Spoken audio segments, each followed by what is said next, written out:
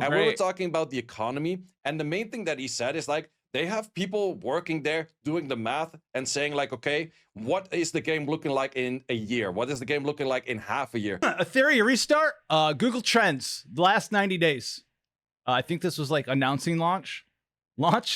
Here's where we are now. About the same that we were before the game came out, bro. Like, huh? I think it will fix itself. Like, sure, everyone's like pitchfork economy because everyone else has economy. Oh, everyone else like, I would like to play the game as a PvP game. And currently, I'm not playing that much PvP because I need my gear to farm. In this case, I'm farming Aurora. I need my gear then specific on like, certain things. I cannot use bulwarks in PvP and that kind of stuff. Say it's fine, and then 2 seconds later say you can't play the game? Well, I spoke with the Etheria devs in Shanghai. Can it be saved? All right, boys. I'm telling you no, probably at this point in time, but let's just see, okay? Let's just find out. Let's just find out, Ed. My boy, he spoke to the devs again. Will they reconfirm the game is dying? She's over here, and I have not been making Etheria content for quite a bit. Main reason was I was in Shanghai, China for this esports event, which was actually very cool. Besides that, I also managed to do a few other things, such as meet the developers, see the office over there, of course, explore a little bit of Shanghai, and those kind of things. So for me, exploring Shanghai is actually kind of interesting. I used to live in Shanghai for 4 years because I studied there, but that's kind of sidetracking. So first of all, this is not a sponsored video. I do want to make sure that you guys notice that I'm not going to be overly positive about this or negative about this or anything. We're gonna find out. I'm just gonna state it as I feel after seeing the people that work behind the scenes, talking to the other players, talking to the other content creators, talking to pretty much a lot of people, talking to Jack specific himself. I actually had a one-on-two session with me, Falcon, and Jack, which was definitely very interesting. We did not record it, and I'll explain why that is.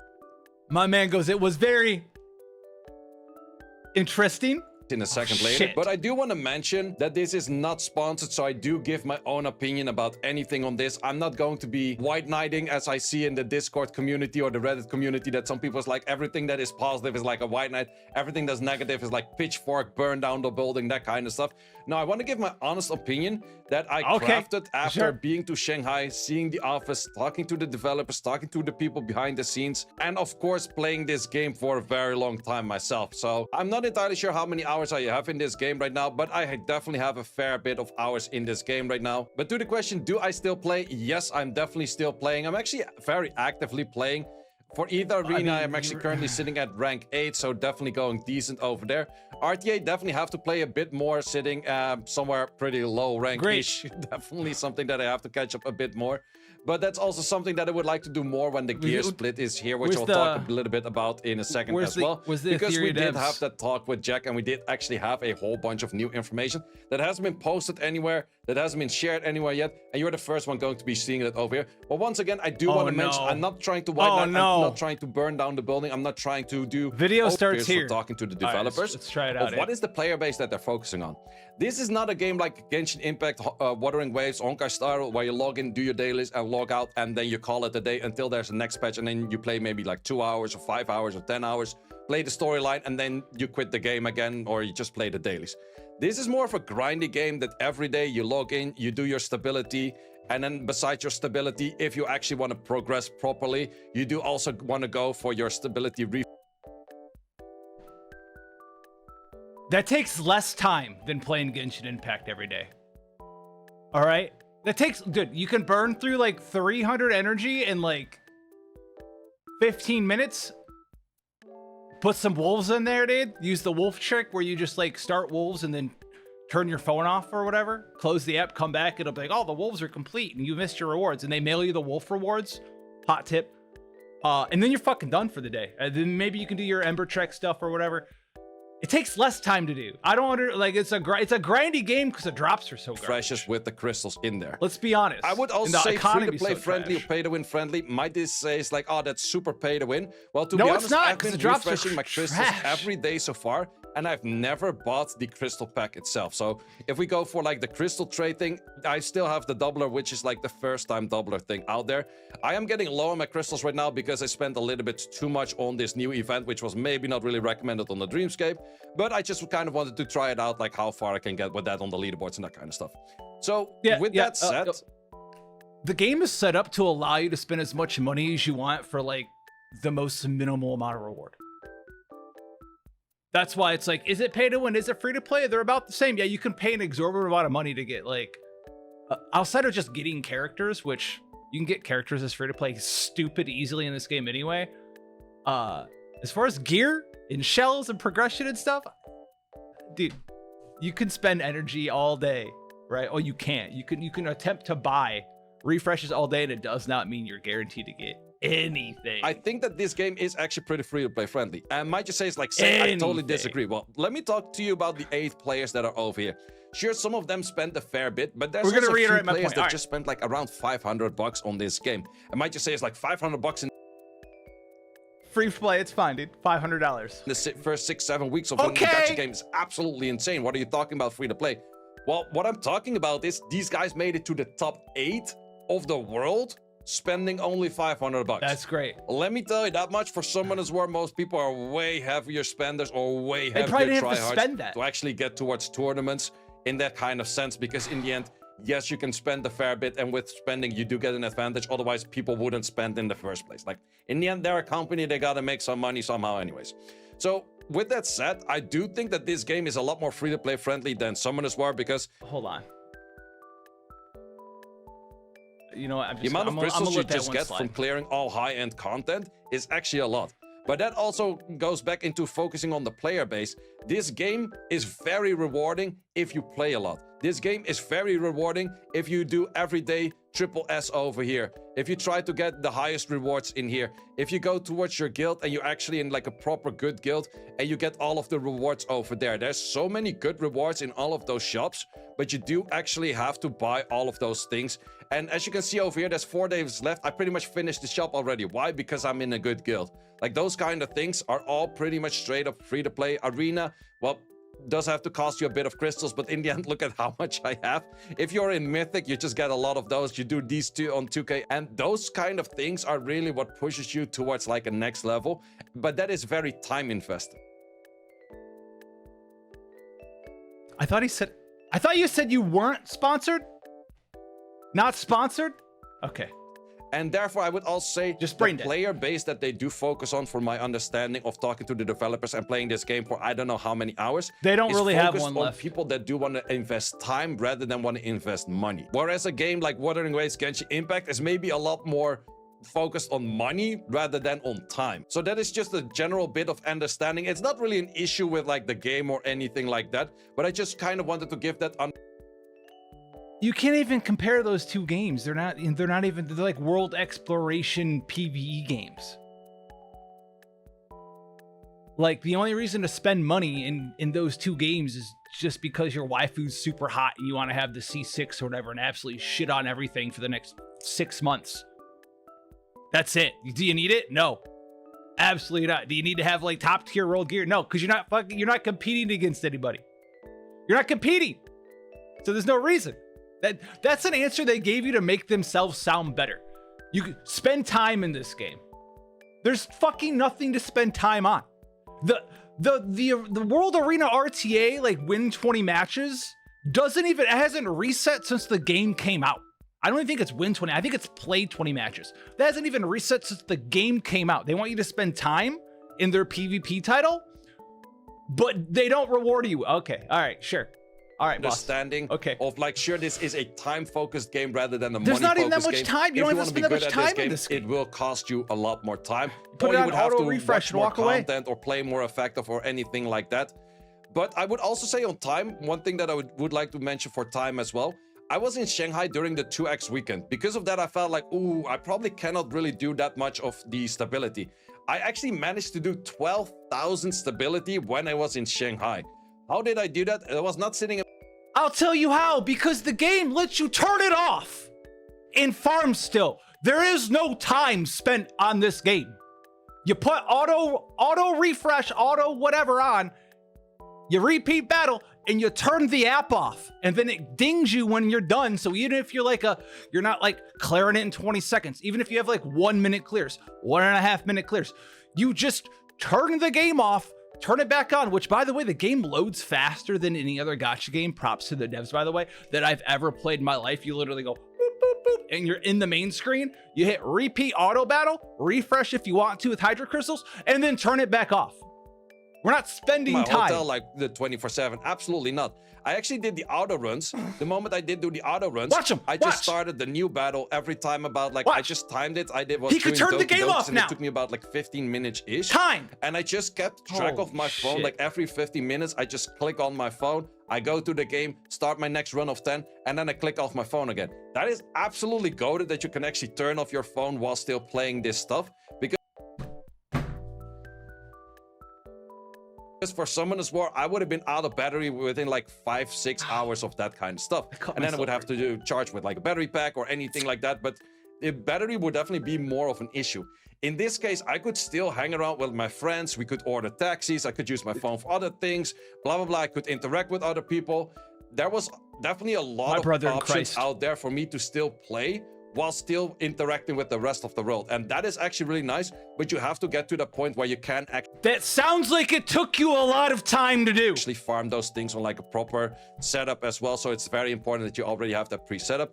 And therefore the pre-setup thing does take you a lot of time. About gear swap... It took you so much time, you were able to have a vacation and enjoy life, quote unquote. Which is very important for those kind of things. I'll talk a little about later. And I was actually very enthusiastic the moment they talked about that gear swapping thing. So that will come in a second. Back to focusing on like how time invested is this. Well, the moment you have everything set up, sure, you still have to do your dailies as in like the Phantom Theater, your guild battles and those kind of things. But just the farming actually can be done a lot on the background. And I'm totally fine with that. My man just talked about 5 minutes about how they focus on players who want to invest time and how the game takes time and all this other shit about time. But it don't take time. Okay. Some people might say it's like, oh, can you not give like instant things, instant like, clearing things? Just well, about they were talking points. very much once again by Wuthering Waves, Genshin Impact, Honkai Star Rail kind of people that just want to have the dailies done and everything done in 2 minutes. Sorry, that's not your cup of tea in this game. It's just not gonna happen. I can tell you that much. That will. You don't have to do it, dude. You don't even have to fucking have the game on. You don't even have to have the game on to do these ones. Probably never happen. And if you're really looking forward to a game like that, I would recommend you to play something else. That's just the honest truth. I'm not saying it's like, oh, you should still be trying. No, like simple said, if you don't have the time for this game will be very heavy on the time investment to a certain extent. Oh, now we're back to it taking a lot of time. Especially if you want to be at the top. If you want to play more casual, definitely not a wrong game for you whatsoever with any kind of time investment. But if you want to be at the top, if there is a leaderboard, you have to put more time in. Otherwise, someone else that puts more time in will actually be above you. And that is the main thing with the Wuthering Waves, Honkai Star Rail, or Genshin Impact, or any kind of similar game. These games do not have leaderboards. They're not similar games. So you don't feel the competition of someone putting more hours in. Whereas in here, there's leaderboards all over the place. And therefore you feel like, hey. How are these similar games, but they don't even have leaderboards? I'm not sponsored. Dude, it sounds like you were paid to compare someone else is doing better than me. How is that? Mihoyo games. If someone puts more time in it, they probably do better. Someone puts more money in it, they maybe have an easier route of the time investment as well. But in the end, pay to win doesn't have that much of an advantage. Also, they have an advantage. It's a bit of a combination on that. I cannot. I would definitely say Who it's more sent me this video? The money focused in this game for sure. Then the next topic is the economy. So with the economy, we did already have a change. Please don't bomb out here, brother. The shells, I don't think I have any of them right now because I already sold all of them. But any of the shell dungeons do now only drop like the golden shells or the mythic shells, as in this dude over here, Dream or whatever its name is. But that thing will give extra training data, which is definitely a nice thing for the economy. Is it instantly going to be fixing the economy? No. One thing that I definitely do notice myself is that for shells, that these you get about like an extra 3K training 6.5 mil. You get an extra 3K trading data on average, around there, 3.2K, depending on your RNG drop rates before they put the buy in. And that is just already saying like, okay, I've already made most of the shells max level that I need. And most of the training data that I need is just reconfiguring any of the shells and those kind of things, which is actually a topic that I just added RNG. Hey guys, economy fix, bro. I got 6.5 million training data and 28 reconfig chips, dude. Economy fix. The upgrades, but I'll talk a little bit about that later. But yeah, we do already see that training data is getting a little bit better by them just giving more value of training data. No, it's also you've already leveled all of your shells place, up which and stuff. is a You good don't thing. need it Does anymore. it immediately solve the economy? No. But I actually did also talk to the developers and mainly to Jack specific. Oh, and we were great. talking about the economy. And the main thing that he said is like, they have people working there doing the math and saying like, okay, what is the game looking like in a year? What is the game looking like in half a year? How much training data we... I'll do you a solid. I'll show you what the game looks like. Hold on. Let me pull this up real quick. Etheria restart. Google Trends. The last 90 days. I think this was like announcing launch.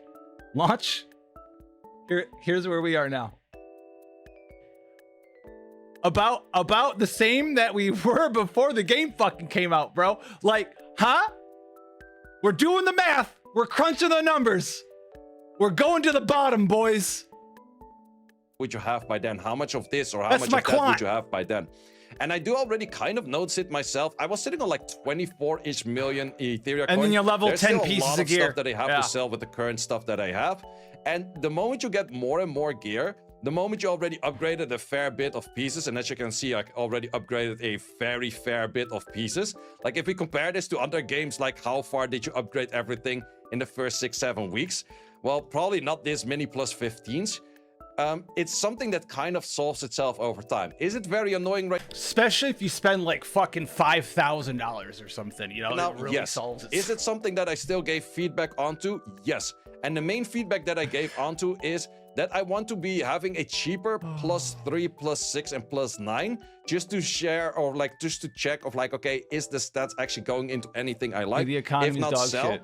And then on the later end, like the +12 to +15, or even the 9 to the 12 and the 15, that's where you make it as expensive as it should be right now. So let's keep the same price in the end for like a 1 to 15, but keep it more top heavy. Brother, why the fuck is that thing even +9?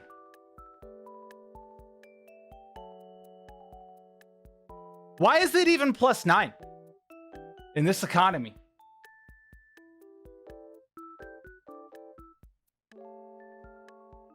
Well, we hoping to roll 444 speed at 912 15. I mean, if you got money to just blow out your ass, I Rather guess. than bottom Okay. heavy. That's the main recommendation I gave for the economy. And the thing what Jack actually said, he agreed, which is a positive thing. If they're actually going to do that anytime soon, I don't know. Like, that's also the thing. Like, I don't know if they're actually going to do this, because in the end, the funny thing is, it's not Jack having maybe the just last do it right word before of saying, like, EOS. okay, this is what's gonna happen. At some point, he hears things from the community, either through me or Vulcan or any videos or just on the Discords or Reddits or whatnot. He hears something and then he goes to like his team and he says like, okay, I hear this and this. And then he has to win the argument with them to say it is or it is not an improvement that they do actually want to be focusing on. But it is somewhat noticeable in my opinion, the further you get into the game, the less of Etheria coin you need, because at some point you already have, say you go into this, like my fastest piece is a 10, but I already have like a few other 10s in like the same kind of scenario. Do I still focus on trying to get more 10s at that point? No. No, bitch. You focus on getting 12s and 15s and inevitably, hope to God, an 18 or something. That's how every other PvE, PvP gacha game is focused on. Getting the min-max amount of gear. You have to do this because the economy is so trash. Oh, the moment like, well, this one can actually use a bit of depth for sure. Whereas one that has more depth, this one is like a bunch of 10. Hold on. This is plus 15. We're just shoving shit to 15 and calling the economy fine. Hey guys, look at all my 15s. Hey, we got a, plus 10 there. One can actually use a bit of depth for sure. Whereas one that oh, we got an 8. Great. has more Oh, there's a 10. depth, Oh, that was a 7. this one is like I'm not going back in time 10. again. 10s. Over here we have a bunch of 9s. So yeah, this is kind of an example. It's like, do I really need another 9 for this? No, I would need another upgrade that's higher, but I'm not gonna try to roll anything to get another 9 in this, for example. Why aren't you? For the Why aren't long you? Why aren't you? time that you're playing, the more you get of those. And sure, you want to be trying to roll the highest thing, but you already know, like, for example, if you have something like this is never gonna get higher than a 9. So you're just simply not gonna roll it if you just want to get it for the speed. And therefore you decide more and more where you're just not gonna use your Etheria coin, and therefore your Etheria coin is The economy is fine because the drops are dog shit, is what I just heard. No, that's not a good argument. stacking up. And The economy is fine because the longer you play, the smaller your upgrades are because the drops are so goddamn trash. Got it. Therefore, the economy is Fair. kind of like solving itself over a long duration of time.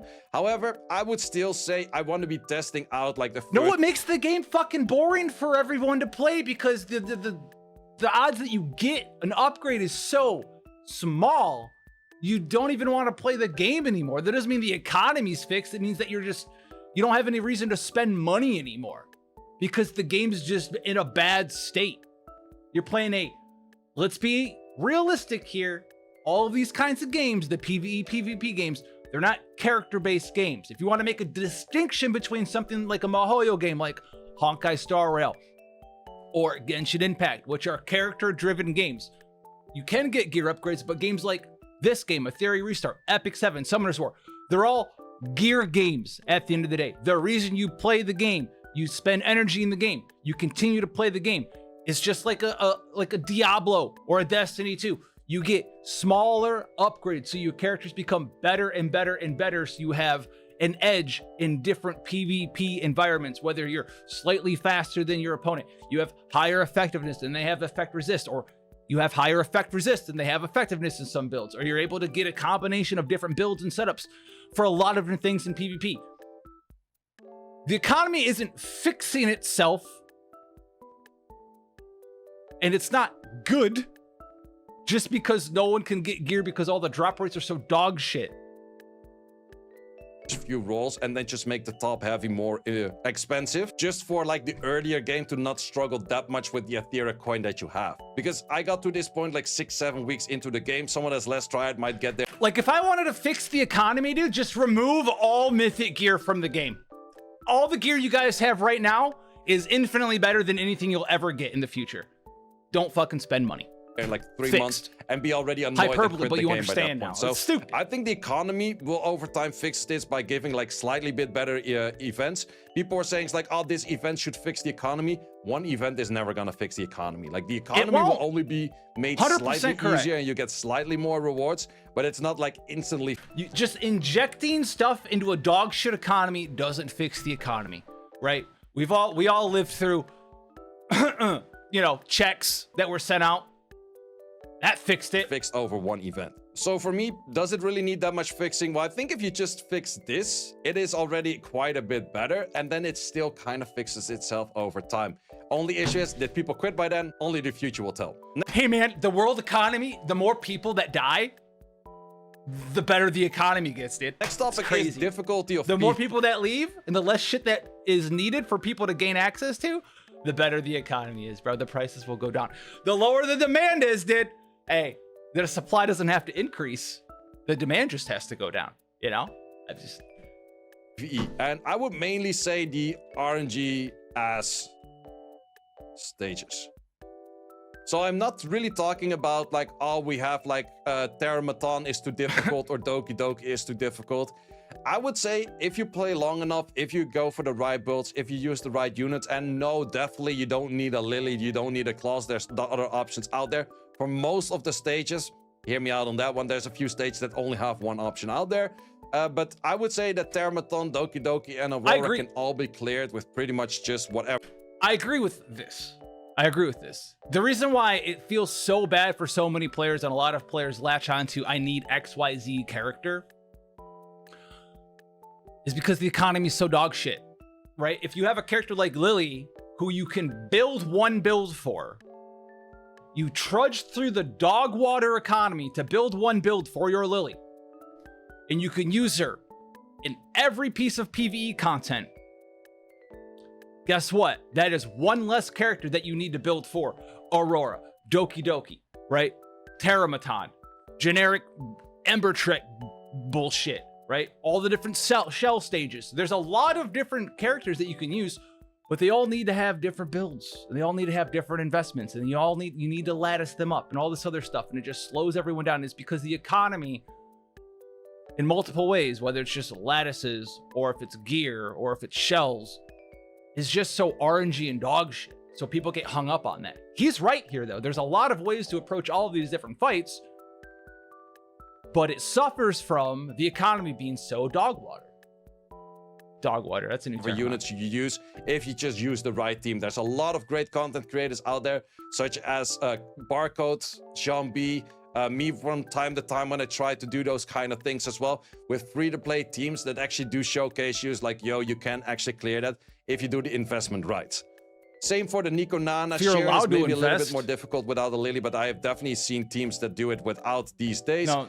Is it a bit more difficult? Yes, it definitely is, but there are definitely options out there where I've seen people clear it with. Nico Nana's the there's easiest one stage, one. and that's called the Rengokutsu, which is definitely an RNG Buckery Fox stage. So we did actually not really specifically talk about the Rengokutsu stage itself, but we did talk about the difficult. I love whoever designed Rengokutsu.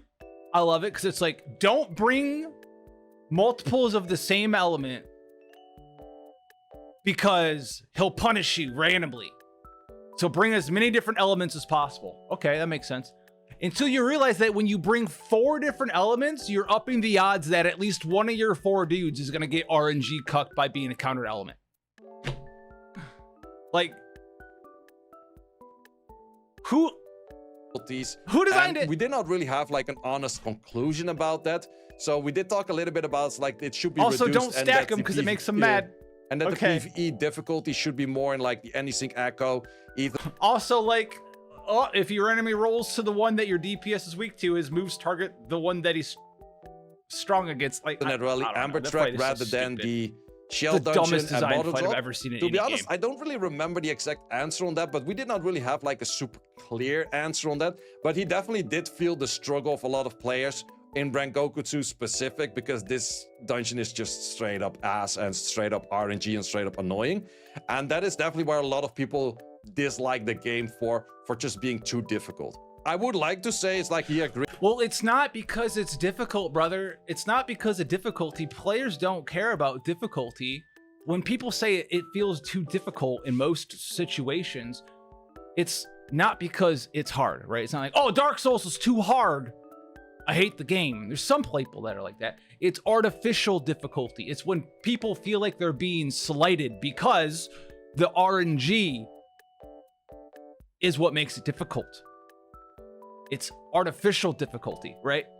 If every time you loaded into a battle, it said, oh, I'll roll a D10. If it rolls a 9 or a 10, your team just fucking dies and it takes an energy from you. That doesn't make it hard. It's not a decision. There's no decisions to be made there. It just sometimes decides that you lose and there's nothing you can do against it. That's artificial difficulty. That's why people hate those dungeons. But same thing with Annie, whatever, what Sharon, is it Sharon? The big jellyfish bitch and the level 42 girl with the stun ad. Start the turn, 30% chance that you just get stunned. And when she came out, yeah, you can use like immunity and stuff like Kachi the Guard or whatever. But when that floor came out, Ember Trek, is it Ember Trek? I always mix the two up. But the debuff was like, it counts down and then it strips your buffs and then stuns you too. So it's like you could have immunity up and you'd be like, all right, I'm ready to rock and roll. And the thing will swap over to you at the exact perfect time, strip off your immunity buff, stun you, you take your turn and the ad goes, oh, there's a dark ad, stunned again. That's not difficult. There's no counter to it. It's just artificial difficulty. I actually didn't really hear like an answer like that in the first place. So we did talk about it. It is definitely on their radar. They definitely are checking things. I will be very surprised if Rengokutsu and other dungeons aren't nerfed in the future, because they have been nerfing Nico Nan already, Shadow Flame Hoyan. They have been nerfing the Doki Doki. They have been nerfing Teramaton. It just takes a bit more time for them actually to pick up on the pace. So I would say, estimate, it will be nerfed when I have no. So that's kind of the thing in there. So let's move on to the next topic. Lattice investment. And or Lattice or whatever, cabbage, tofus, whatever people have been calling it. And the main answer for this one was actually, it is too easy to summon units, which actually makes a lot of sense. It's true. Like, for example, I touched on this in my review. It took me 9 months to get my first. Yeah, it's so easy to summon characters in this game. It's the best part about this game. And if you want to go check out the hour-long, 45-minute, whatever review, because there's a lot of great things. I know I've been blasting this so far, but because contradictions, I'm gonna point them out. We don't listen on here.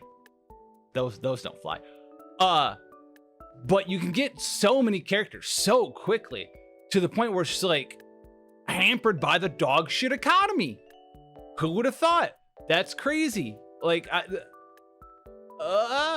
you know, the Lattice investment, modules, shells, characters can be acquired like crazy. They even slowed down the banner release rate. I think they're doing 3-week banners instead of 2 weeks now. For a brand new gacha game, I've never heard of a gacha game come out and say, hey, you know what? We're releasing characters too fast. Because there's no reason for anyone to pull on them, because no one can gear them up. No one can level their skills. And so instead of fixing the fucking economy, they're going to choose to, make less money, I guess? Maybe not make less money if no one's going to pull on your characters because they can't use them anyway, I suppose. That is the equivalent of playing 9 months to get your first SSR. Well, if that was the case, no one would have been playing this game because different times. Yo, you do the math on brother, you just did the math on how long it would take you to get a character in a different game. Please do the math on how long it takes you to get a fucking piece of gear in this game, because it's abysmal for normal energy refresh rates. Because it's about 54 hours, 40 to 50 hours, just to get enough Etheria coins to level something that are plus 15. But we didn't talk about that here. Sports, and no one would like a game that grindy anymore 54 these days. hours. But just a comparison, I took 9 months, not to get an LDSSR, no, to get my first SSR in Summoner's War. At that time, you do actually get a lot of, well, in that case, Devilmons in this games, like the Tofus, for what you can do for investments. So that is definitely one of those things. It's just a simple fact, you can't build everything you pull. And that's just also the thing they... Obviously, no one's asking to build everything, but it's like you can build half a character that you pull. Yeah, if you pull 10, you can build half of one of them. Yeah, and that's maybe, is it a bad thing? Is it a good thing? Well, they're just not gonna give you that many more of these, and you already get a fair bit of it. You can will to get more of those. Dude, what developer goes, hey, we understand that you don't want to pull for our characters, which is something that we'll make money off of. We're just not gonna fix that. Okay. One of the better whaling things out there. Oh, wait. This might be why. Oh shit, I was gonna pull up the Google Analytics. It's gone. Where'd Google Analytics go? It's gone, dude. Google Analytics is gone. Oh, here it is. Maybe this is why we're looking like this, dude. I don't know. Call me crazy. Because I would say the Prowler's thing, especially also with like the extra speed in here and all of those kind of things, does give you a lot of extra stats. Absolutely. But yeah, that's just a simple fact. We get too many it's just a simple fact. We get too many units. And because of that, we need an insane amount of Why didn't I do this earlier? They decided to do one thing and not the other. Is it a bad thing? I don't know, but that's pretty much just the answer. It is meant to be kind of rare. It's meant to be you making a choice of what you want to build. It's meant to be that you have to make active decisions of what you want to build, what you want to invest in, and what you want to play with. In a PvP game, where you want different strategies to be able to be used, they want you to choose what you want to use in that PvP environment. But also at the same time, in order for you to gear your characters up with modules, gear your characters up with shells, participate in events that, I don't know, what did we have? The big brawl one where you needed 15 semi-differently built characters in a PvP environment where you need to level specific characters to have the most effective tactic available on your account to clear those encounters. They want you to choose? There's not much of a choice, my friend. You can't go lattice a bunch of tanky characters for PvP right away when you're making your account, because you're not gonna be able to fucking clear anything to get modules or shells, because all of the bosses have enraged mechanics that will just fucking kill you.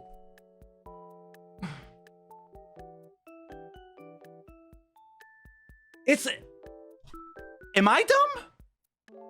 Rather than just getting everything right. Once again, is that a good thing? Is that a bad thing? To be honest, I think it's kind of fair. Otherwise, everyone would be having everything by now already. And to be honest, I already used a fair bit. Sure, the money that I did spend was all in. Bro, you will not have everything right now. I don't care if you bought every fucking lattice available in the shop, dude. You might have 8. I don't even know if you could have 8 fully invested SSRs, full trees out right now, even if you bought all of the lattices out of the shop. And there's way more than 8 SSRs in this game. Okay. the tofus in general sense, but you do get a lot of them for free as well if you do play most of the content. And sure, we do have a bunch of stuff that is a little bit too much RNG for it, which we'll talk about on the next one, which is the super RNG heavy event, Dreamscape. They did say right away they saw it was too RNG and not liked. They will tune that down next.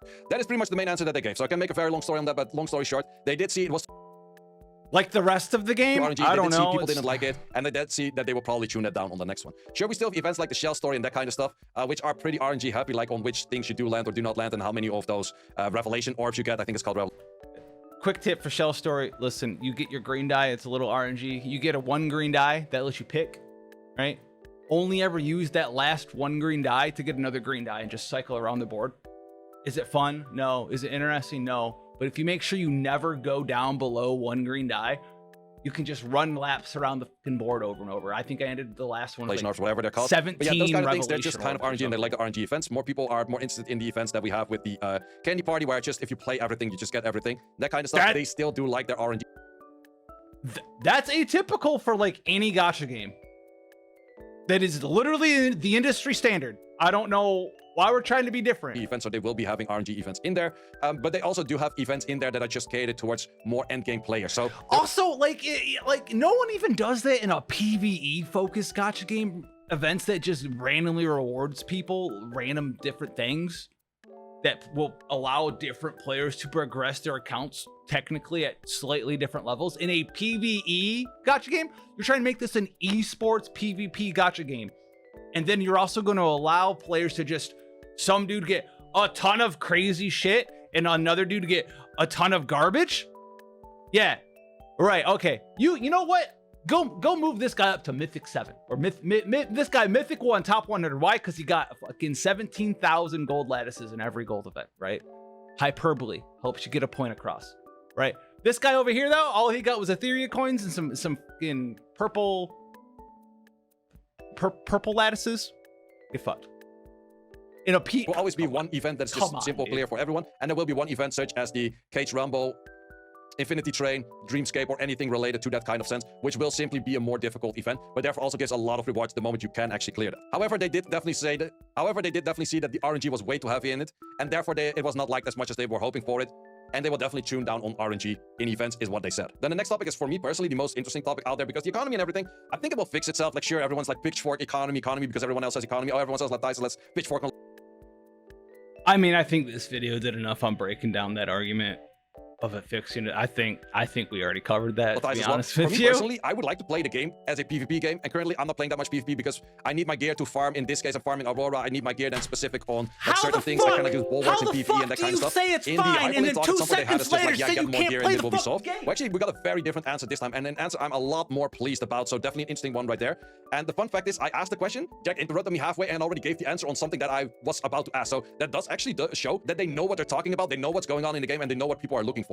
And that actually, the very first interaction already gave me quite a bit of hope. So what was the answer on the gear split? They are going to make a gear split between PvE and PvP. So what does that look like? Simple fact, the moment you go into your arena realm, you can change the gear over here, but then you're only changing the gear for either Arena, Summit, and Fearless Arena, and GVG will be locked in with that as well. But they actually did a better up and a way better up, and that is gear swapping for PvE, because right now I'm farming Aurora, I have a certain set in there, and it's catered towards in that way. But the moment I switch to Doki Doki, I would have to switch gear. The moment I switch to Shells, I would have to switch gear. And sure, you could say it's like, oh, but you have these over here, and you can switch those and confirm those. You have like 100 right now, and you could scroll through back and forth, I don't know how many times, but that's still annoying. What they're actually going to do, and I was very impressed by this one, and I would really like to see the implementation of this, is that every dungeon will have its own progressing. I want to be investing time, and I want to be rewarded for my time investment. I don't want to be just rewarded for being lucky. So personally, for me, I'm fucking done with this. I'm done. We're done. We're done with this video. No, we're done with this video, dude. That's it. All right. Godspeed out there. Love you guys. No hate, but like, holy shit.